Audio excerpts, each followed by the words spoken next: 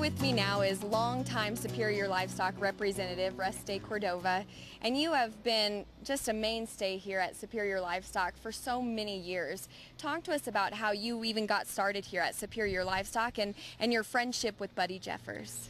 Well, I graduated from college in 1980. I grew up in South Texas, so I had worked for the lights in South Texas for about 2 or 3 months, and they'd send us a lot of cattle. My dad at the feedlot at Hitches. And anyway, I met Buddy, and when I moved back to South Texas and went to work for the lights, I bought Buddy a good many cattle at that time through them and through the years. And he had the Amarillo video auction. He started it up there and asked me to come work.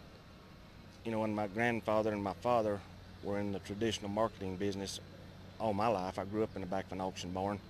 So when I first brought up the thought of selling cattle over the video, my granddad looked at me and said, "Have you lost your mind, son?" And so anyway, to make a long story short, things went on in 1987 when Jim and Buddy went together and formed Superior Livestock.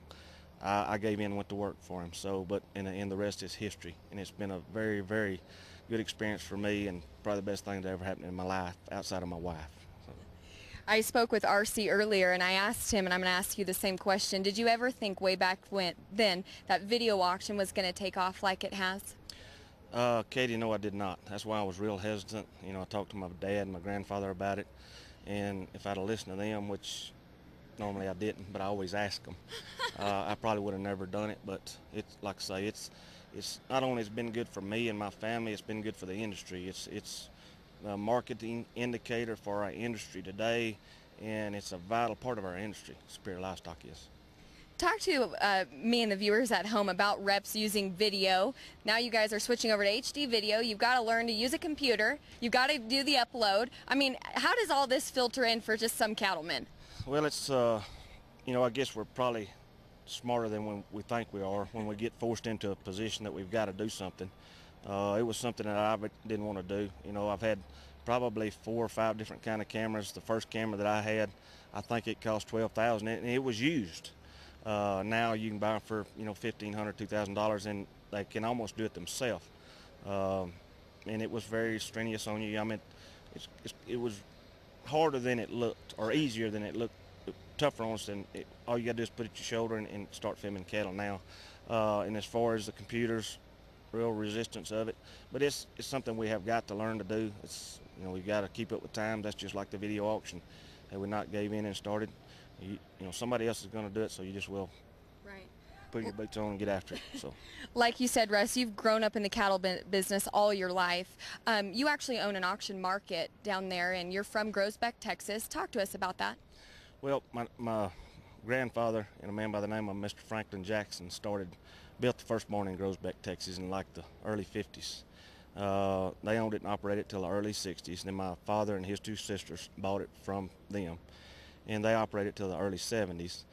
And so, you know, livestock, sale barns, marketing's been a part of my life forever, and something that I know and have grown up in. And I'm raising my 2 sons, or have raised my 2 sons and my daughter Amy. It's no better way of life than our livestock industry.